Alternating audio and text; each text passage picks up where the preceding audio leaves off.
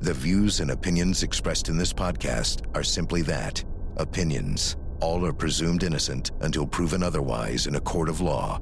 Sensitive topics are discussed. Discretion is advised.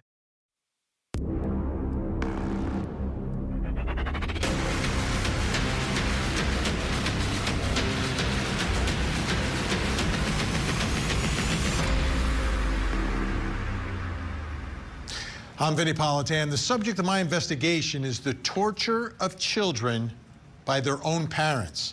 This hour will take you through 4 tragic stories. The first one involves an influencer mom named Ruby Franke, who went from popular personality to child abuser. Here's the story. Once adored as a YouTube mom who preached tough love, Ruby Franke's picture-perfect family shattered in horror. Behind the smiling thumbnails and tidy suburban scenes, her 6 children endured years of torment masked as discipline. Prosecutors say Ruby and her business partner, Jody Hildebrandt, starved, isolated, and humiliated the kids, calling it therapy. The nightmare came to light when one of Ruby's sons escaped a Utah home, emaciated and desperate for help. The shocking images of that child exposed the cruelty hidden behind the camera lens. Ruby, now convicted of aggravated child abuse, is facing years in prison. Once seen as a model mother, she became a chilling reminder of how influence and ideology can twist into something monstrous. The children, once props in a family brand, now survivors trying to reclaim their lives, their voices, and their childhoods stolen in the name of love. And the way I want to do the analysis of these stories and these real tragedies is first identify the perceived problems that the parents had with their children, like there was something wrong with the children, a reason why they did what they did, and then take a look at their conduct and the conduct that they were accused of in some cases and the conduct they were convicted of in some cases. So as we begin with Ruby Franke, I want to take you inside Ruby's journal here, where she talks about her children's so-called problems. And this is from a redacted version of her journal. Victim R refuses to do wall sits. He says he is done. Victim E refuses to work, screams, has his hair shaved off. Victim R turns 12 tomorrow. I never envisioned him being 12 and still making a mess with himself. Like, these are the problems, right? Victim R lies, all the time. This is from her journal. This is, in her mind, what is wrong with her children. Now, I want you to take a look and a listen to some body camera video we have, the 911 call that was made that I believe exposes some of the treatment of the children by Ruby, right? This was the conduct in her mind. This is what was wrong with her kids, and here's what she did as a result. You come in, buddy. I'm a police officer. Are you going for the union here? Hey, you okay? Is this just you in here? I'm Sergeant Tobler. What's your name? I just have one. Where's your sister at? Contact one. You okay? Huh? You doing okay? You don't want to talk to me? Yeah, that's okay. Tell me exactly what's happened. I just had a 12-year-old boy show up here at my front door asking for help. And he's said he just came from a neighbor's house, and we know there's been problems at this neighbor's house. He's emaciated, he's got tape around his legs, he's hungry, and he's thirsty. Okay. Is your door locked? No, I'm sitting outside with him on the front patio. Okay, cool. And he asked us to call the police. What's So the he's name? very afraid. Are the neighbors out of their home, or is anybody looking for them that you can see? No. Our homes are far enough away. I'm not sure. How did you get out of the house? Orange. He says he just left through the porch at the neighbor's house. Her name is Jody Hildebrand, and she lives 2 doors up the street. She's very thirsty, and Need an ambulance? I don't think he needs an ambulance. I'll let the cops decide that, but his ankles are taped up, and he won't tell us why. Okay. But he has duct taped around each ankle. Yeah, there's sores around them. I think there's a good chance he's been... We also have... Oh, and he has been around his ankles. I mean, his wrists as well. Okay, this boy has been... He needs... This kid has obviously been... I think he's been detained. He's obviously covered in wounds. Okay. Let's get the paramedics headed over that way, okay? Oh, that's a good idea, too. Can you ask him if any other children were in the home he came from? Okay. Was there any other kids up at Jody's house? 10 and 14, and they're still at this house. Are they tied up as well? What's the deal with? Are they being held? Do they have wounds on them as well? Nothing bad going on with them. Okay. Okay. So they're able to walk around the house and everything. Well, okay. He says everything's fine with them. Grain of salt. Okay. He says what's happened to him is his fault. He's fine. If I'd got him sitting here, my wife, he got him water and giving him something to eat because he's hungry, and I think the young man, he's hearing his stocking feet. So he escaped. Well, I'm glad that he was able to make it to They're on their way. He could be safe. They should just be pulling up now. Let me know when they're with you, okay? Will do. Is Jody up there right now? Yes. Okay.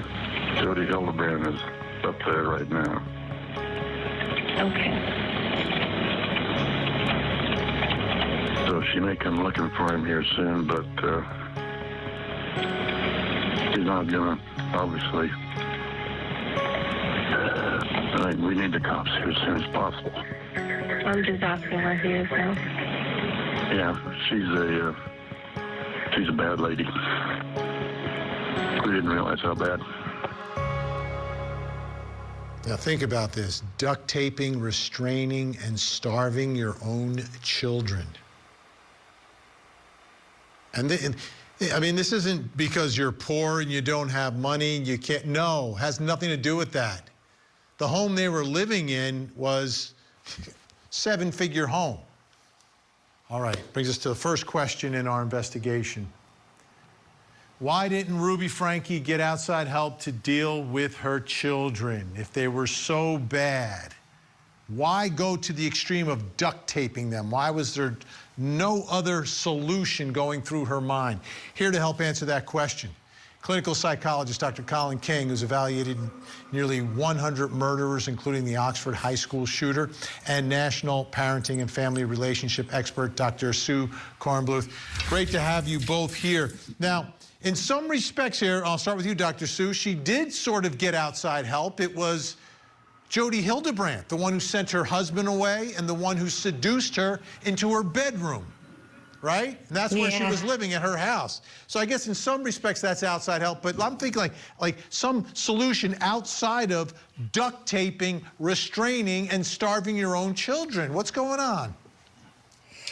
Well, what's going on here, Vinny, is she did get help, but she got help from like a cult ideology that this other woman, Jody Hildebrand, was feeding possibly into her. And let me be clear, okay? This was not the kid's fault. This is Ruby's fault because she was the one that was parenting these children, and it's abuse that was going on here. I think she did all of this and didn't let another therapist in because she knew what she was doing. She also had to finance her channel on YouTube where she was making a lot of money, and she didn't want anybody finding out what she was doing, Vinny. And that's what people do that are covering up things that they know that are wrong. Dr. Colin King, her YouTube channel was famous for sort of like, you know, tough love, right? Not, you know, kind of disciplining your children. You know, she did some stuff on YouTube that people questioned. Family Services looked at the videos. There's nothing, you know, actionable here. But how does someone get to the point where duct tape is the solution to my parenting issues with my child? So, Vinny, thanks for having me on. So if you see your child or the children as problems and yourself as the solution, then it's not very difficult to sort of descend into the depths of depravity. Here is someone apparently, quote unquote, very successful, at least well-known, popular, and engaging in the most egregious forms of child abuse. When you begin to dig into the mind and sort of dive deep into the minds of these people, you see sickness, mental illness, and I'm not making excuses for them. They know what they're doing, but they have to find excuses to continue doing what they're doing to satisfy the part of them that is calling for revenge or discipline or whatever rationale they have mentally formulated. And that's why these parents and guardians engage in these type of devious type activities. Dr. Sue, let me ask you, can these children ever have a relationship at some point in the future with their mother? Would it be healthy for them to do that? Or would it be more healthy to just stay away from mom? Yeah, so Vinny, yes, they're going to have a lot of different feelings about this. I hope that they do receive the kind of therapy that they need to heal from this trauma and abuse. That is going to be a personal decision for each one of them in terms of whether they want to have a relationship with her, to forgive her, and move on from that. I think each child will probably have a different reaction based on what happened there. Is it possible to have a relationship with your abuser after the fact? Yes, as long as they set up boundaries for themselves with their parent. Dr. Sue, great to see you. Dr. Colin King's going to stick around. Coming up next, why didn't Shonda Vander Ark get outside help to deal with her child? There were leg shackles in the first common room where Timothy's bed was. The Court TV podcast will return. Norton Shores, Michigan police respond to an emergency call at 4788 Marshall Road. There they find 15-year-old Timothy Ferguson dead inside the home. If you do this job long enough, you're going to see a lot of things that are very disturbing, are disgusting. According to police, Timothy had special needs. He was severely malnourished, and there was evidence of abuse. It's clear that this wasn't the first time that our victim, this 15-year-old, had suffered the hands of neglect and abuse. Timothy Ferguson's mother, Shonda Vander Ark, and his older brother, Paul, were arrested. Investigators described how they say Timothy's family members brutalized him. As punishment, our 15-year-old was subject to ice baths, was subject to not being fed food other than bread or bread soaked in hot sauce. A neighbor spoke off camera with local station WXMI about the family. It seemed like she was just, she's really to herself a lot. According to the neighbor, Vander Ark and her family had lived in Norton Shores for a couple of years. She doesn't come out much. Kids don't come out often at all. Investigators say Vander Ark moved to Michigan from Oklahoma, where she had been investigated by child welfare authorities. So this story involving this young man named Timothy who lost his life, was killed, was murdered. Shonda Vander Ark is his mother. His mother did not have custody. The father had custody in another state.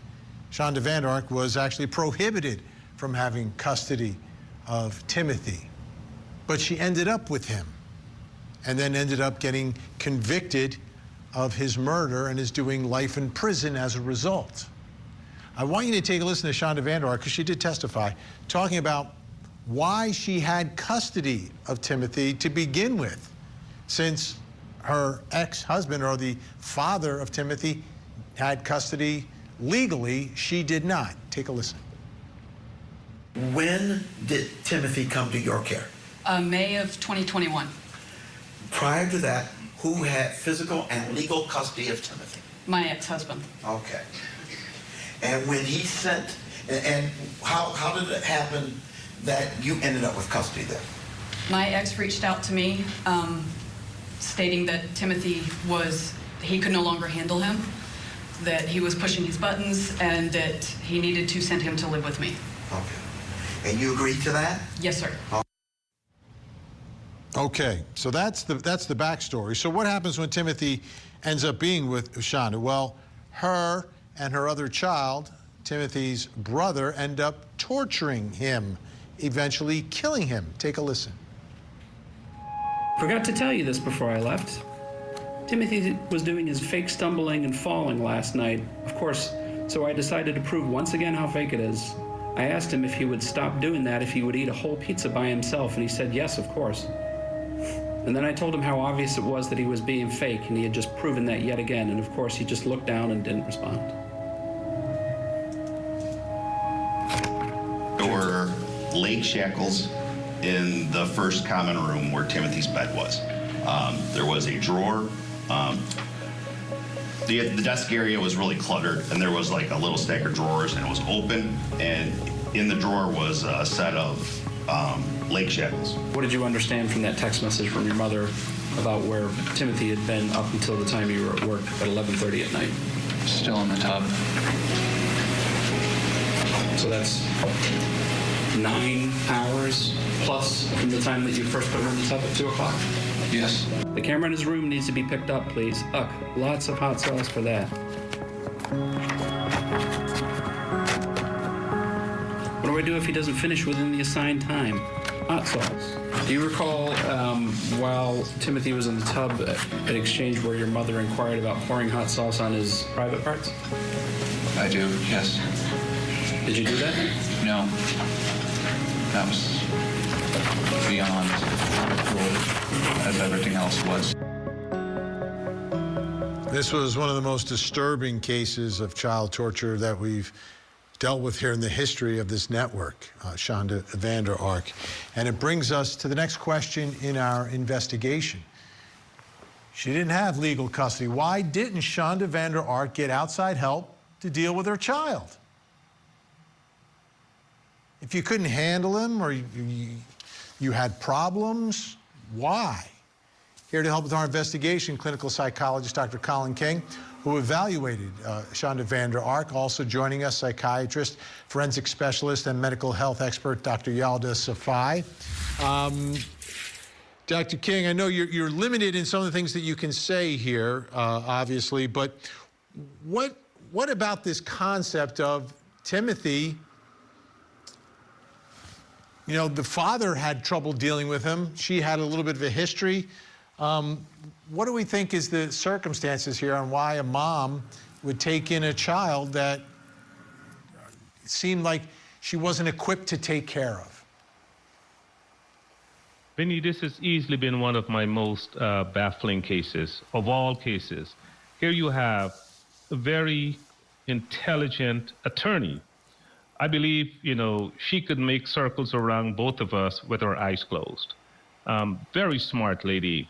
And yet still, she engaged in these egregious acts. She felt that she was the help. She didn't need outside help. She was the mom. She was the attorney. And in her mind, she was doing the right thing. In fact, if you listen to the opening statement by Fred Johnson, he said, Your Honor, this case is weird. And on that basis, he referred the case to me for my evaluation. And at the end of my evaluation, I felt myself echoing exactly what he said, because it didn't make sense. But when you begin to dig deeper into the mind of this brilliant attorney, you see evidence of serious and persistent mental illness. Again, I'm not making excuses for her, but there is a lot there to sort of uncover. Yeah, Dr. Yildiz, the level of torture which resulted in the death of this young man, 15 years old, is so baffling for people, because and in this case, this is a child that she didn't have custody of, that she had lost custody of, and her husband or her ex was having trouble with all the issues associated with handling this young man who had some special needs. What are your thoughts here on how you go from that situation to this is the solution? These cuffs are the solution. The hot sauce is the solution. From my experience treating families with special needs children, a lot of times these families don't know where to seek help. They become very overwhelmed. And as a result of being overwhelmed, they might act out, they might hit their kid, but they end up feeling a lot of remorse. They end up feeling bad about it. So one reason people might not seek help is because they just don't know where to start. However, in this particular case, it seems like based on everything she was saying on the stand, she was rationalizing and justifying every single act she did. So it appears like in this particular case, that was not the case. It wasn't a case of, oh, I don't know how to seek help for my kid. It seems like more she knew what she was doing. She felt like she was she better knew what she do. Everything she did, every act of torture, she rationalized it by saying it was a form of discipline. So it seems like she felt like she knew better than anybody else. And it doesn't, based on what I heard, it doesn't seem like she even tried to get help. So I don't know why she didn't have any custody in the first place, but the dad might have just not known where to get help. And that's why he gave the son to her custody, but who knows? Yeah, and I guess the alternative, Dr. King, is bringing the state in, right? The child services to help you with this situation, or even take custody. Yeah, but if you don't need help and you don't think you need help, why would you seek help? In her case, she really did not think that she needed help. She thought she was teaching him a lesson. She was going to discipline him until he was obedient to her every wish and her every command. And unfortunately, because the kids were secluded, they were cloned in silence and isolation, help was not even available. The kids were not going to school. So outside intervention was very unlikely. And she felt, even as she went to work on a daily basis, she had to keep control of her family. She had to teach this kid a lesson. She had to punish him. She had to show him how to behave. In her mind, she was doing the right thing, which is why this case is so baffling. Yeah, Dr. King, Dr. Safai, always great to have you both on the program. I appreciate it. We'll see you again really soon. Still to come, why didn't Kimberly Sullivan get outside help to deal with her stepchild? Now, back to the Court TV podcast.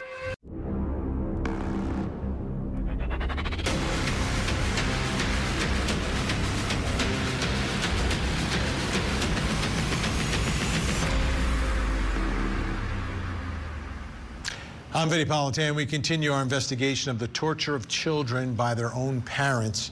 Our next case involves a stepmom and 2 decades of alleged abuse. Here's the story.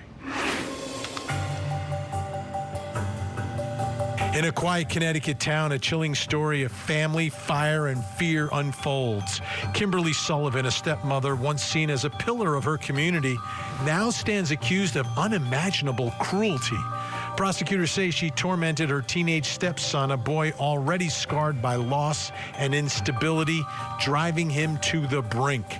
When a devastating fire tore through their home, investigators uncovered disturbing clues, signs of abuse, neglect, and manipulation. The teen, desperate and broken, allegedly set the blaze himself, a cry from the chaos within those walls. Sullivan's defense insists she was overwhelmed, not monstrous, a woman struggling to control an impossible situation. But the images of the burned home, the frightened child, and the web of secrets left behind a darker picture. In court, one haunting question remains. Was she a stepmother trying to save a troubled boy, or the reason he lost control? In each of the stories that we're taking a look at tonight, the defendants, the accused, have described the children, the victims in these cases, as having issues. I want you to take a look at this in this particular case. And this is from the arrest affidavit. The male victim stated that he was permanently pulled out of school due to the fact the school he was attending contacted the Department of Children and Families based on what he was doing in school. He was always hungry. So when he was at school, he would ask others for their food, steal others' food, and sometimes eat food out of the garbage. And I think this is a case of the chicken or the egg, right? Is he hungry and starving because he's not being fed at home and looking for food to eat out of the garbage? Or is he constantly eating and therefore his food at home is limited? And I think that's one of the issues that is going to be dealt with in this case when it goes to trial. Now, so what are the allegations of the way this child was treated, who eventually became a man, because this whole case broke when he was in his 30s? Let's again go back to that arrest affidavit. He was extremely emaciated. His hair was matted and unkempt. He was very dirty, and his teeth all appeared to be rotten. He stated that he'd been locked in that house his entire life, adding that Kimberly Sullivan keeps him locked inside his bedroom. It got to a point where the only time he would ever be out of the house once his father died was to let the family dog out in the back of the property, stating that it was only about 1 minute a day. When asked if he was hungry every day, he stated, all day, every day, my entire life. He was forced to use bottles and newspaper to dispose of his waste. He had not bathed in a year or two. And remember, at this point, he's 32 years old. He was their secret, stating, I have been kept a secret my entire life. Kimberly Sullivan is the stepmother. The father, had been in the picture until he passed away a couple of years before all of this happened. Let's get to the next question in our investigation. It's all about the stepmom. Why didn't Kimberly Sullivan get outside help to deal with her stepchild, who is her stepchild but is an adult at that point? Here to help answer that question, nationally known psychotherapist and author Dr. Robby Ludwig, and forensic psychologist and host of Killer Psychologist Podcast, Dr. Dana Anderson. Great to have you both here. All right, Dr. Robby Ludwig, what are your thoughts? This one's really different than most because the allegations of abuse go over the course of 2 decades, past childhood, past puberty, past adolescence, into adulthood. Why do you think Kimberly Sullivan didn't reach outside of the house, maybe even after the husband passed away, to get help for this stepchild of hers? Well, very simply, this stepmother didn't feel she needed help.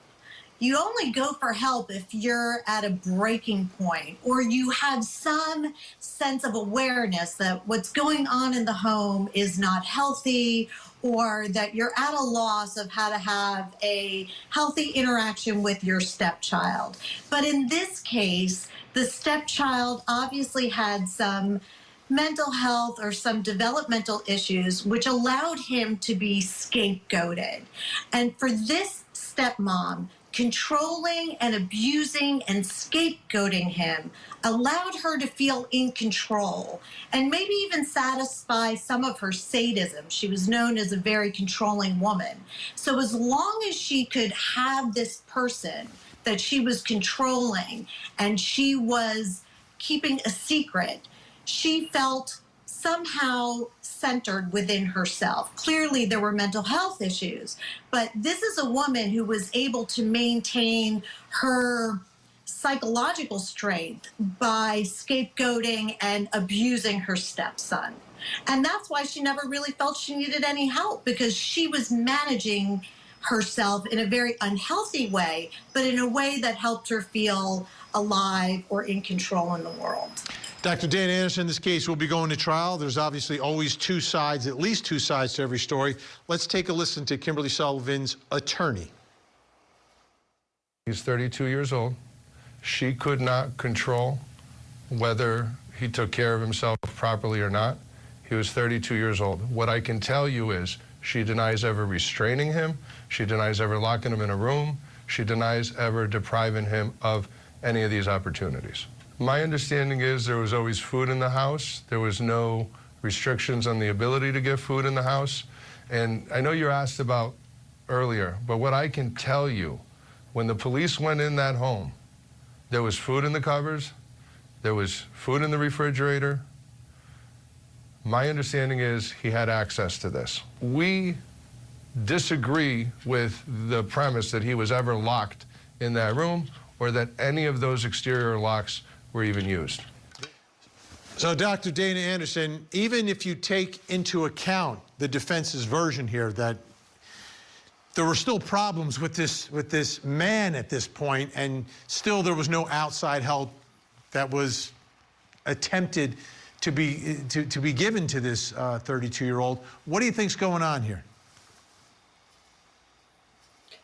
Well, seeking help at this point means exposure, because, at some point, what you're doing has gotten out of control. And how did we get here? She's now has to conceal it for this extended period of time, for decades. So early on, we know there were multiple CPS reports from 1996 to 2005, over 9 years. There were six CPS reports where there could have been intervention. And obviously, Kimberly Sullivan, she doesn't believe that she needs help, but there should have been, a full investigation by CPS. And clearly, there wasn't follow through. There were all the signs at school, right, where there could have been an intervention. There was neglect. Those are the red flags where they could have done a follow-up. I think this case, according to the attorney, is saying, giving this defense.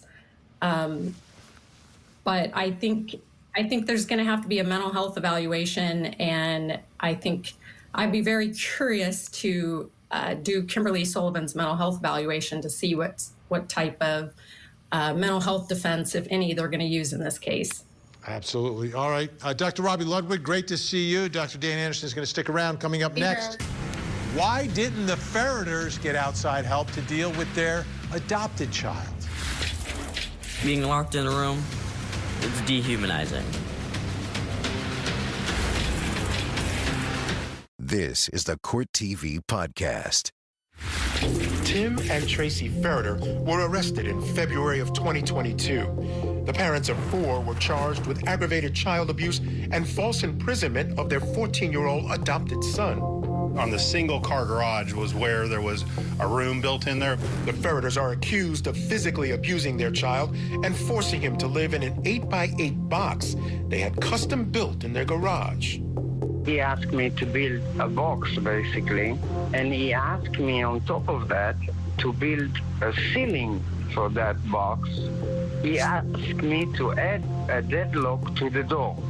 A month before the Ferrators were arrested, their contractor, who was told he was building an office, tipped off the police that something wasn't right. He asked me to reverse the locks. On my way home with my employee, something felt wrong to me, and the only reason I could come up with is that it's not an office, and this place is made to lock a person inside. On January 28, 2022, Tracy Ferrator called 911 to report her son had run away. Police soon discovered the strange room in the garage. She told police several stories: that it was built to be an office, that it was used for storage, and that it was a timeout spot for the missing boy, who she said suffered from behavioral issues. But surveillance video showed the child was forced to stay in there up to 18 hours a day. Police found the boy at his middle school a day later. He told them his parents were abusive and violent towards him. And he told the police about the box-like room he had to stay in with nothing in it but a mattress and a bucket. His siblings confirmed his allegations. A mattress, a bucket, and there was a camera in the ceiling providing surveillance the whole time. Now, the parents, in both of their trials, they talked about the issues that their 14-year-old adopted son was having. Take a listen to the testimony of Dr. Myers talking about reactive attachment disorder. We might discuss reactive attachment disorder. Are you familiar with what that is? Oh, yes, I am. What is it? It's a diagnosis, a condition where a child is deprived, usually during the first 2 or 3 years at least of their life and earlier, of consistent, supportive, appropriate parenting. So they don't have regular nurturance or contact with a caregiver, a parent. And this is a condition that the Ferrator said, you know, this child must have obtained prior to them adopting him. Now, the child himself, a teenager, testified in the case. You'll hear his voice. Here's what he said about being kept inside of that box in the garage. Did you like being in that room? No. Did you want to be in the room? No. How did it make you feel? To me, being locked in a room, it's dehumanizing. It's almost as bad as genocide. It's saddening to abuse a child that was just acting like a child, never thinking of what an adult would think to do to a child that would succumb his or her efforts in daily life to succeed, suffering from emotional pain, suffering, trauma. So this was a case, again, where the Ferrators talked about, and their lawyers talked about, the issues and the fear, the danger that they believed or perceived would happen if their child was allowed to sleep in a bedroom inside the house. Brings us to the next question in our investigation. Talking about mom and dad here. Why didn't the Ferrators get outside help to deal with their adopted child if they felt like it was a dangerous situation? Here to help with our investigation, author and nationally certified mental health clinician, Sharonda Brown. And still here with us, forensic psychologist, host of the Killer Psychologist podcast, Dr. Dana Anderson. Okay, Sharonda, you know, as I recall during the trial, they did talk about attempting to get some form of help, but help was not available. Is there a lack of help available for a parent that's in a situation like this, that you have a child that you believe is a danger perhaps to the other children inside the home, and you want to do something? No, there is not a lack of help. As a matter of fact, when children are adopted, they are provided with so many services to use for in-home and out of the home. If the parents didn't get help, it's because they didn't want it, not because it wasn't available to them. There's so much in between a child who is not behaving properly and abusing them. And so it doesn't sound like they wanted that. They wanted control, not help with parenting. And when you want control, you stick with abuse. So it sounds like they did what they intended to do. You know, Dr. Dana Anderson, this is a case, this was a beautiful home in a beautiful neighborhood, swimming pool, the whole 9 yards, and one child was living in the garage. Why do you believe they didn't seek outside help, social services, whatever it takes to try to deal with what they perceived as a problem child? Well, I heard a statement from Tracy after she was sentenced, and she still mentioned being a perfect family and a completely loving family and just trying to do the best we could. So it seems like she didn't want to fracture this image of being this perfect family. And now here they are exposed. And ironically, she is sentenced to treatment, 12 hours anger management, triple P parenting classes, and they're getting court-ordered treatment. And so there's always treatment available, and now it's ordered by the court. She's on home confinement. You know, the tragedy here, Sharonda, you know, for this 14-year-old, whatever issues he was dealing with, this was not going to help. It's not going to help him get better, locking him in a box. No, not at all, especially with a child who has a diagnosis of reactive attachment disorder. Usually when those children are, sheltered with love and care and concern, they can turn that around. And it sounds like in this situation, it was exacerbated. It wasn't turned around as it was intensified. And at some point, children will become extremely defiant because it's what they're learning. And I don't think it goes the opposite way. You don't abuse a child and expect them to become meek and mild. They actually get worse. So I'm guessing that is probably what happened in this case. And a couple of the facts that folks couldn't get out of their minds, myself included, Dr. Dana Anderson, is the conditions inside the actual box, right? Like, everyone knows, you don't give someone a bucket. You don't lock the door from the outside and leave a bucket in there, whether it's 4 hours at a time or 10 hours at a time or 18 hours at a time. Like, everyone knows that's just wrong. Why didn't they?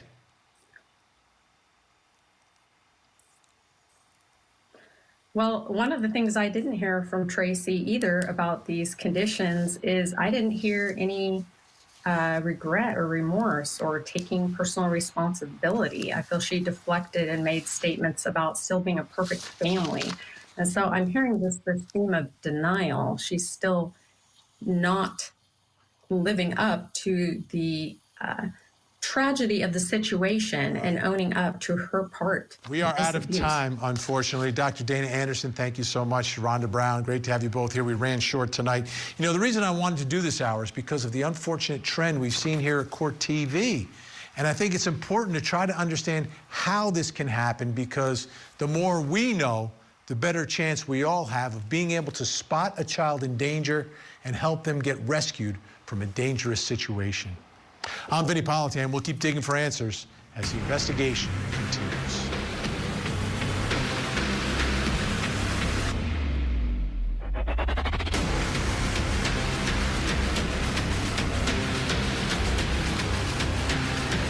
There you have it. If you want to see more in-depth reporting on the latest true crime stories, you can see me every weeknight, 8 p.m. Eastern on Closing Arguments. Thank you so much for downloading.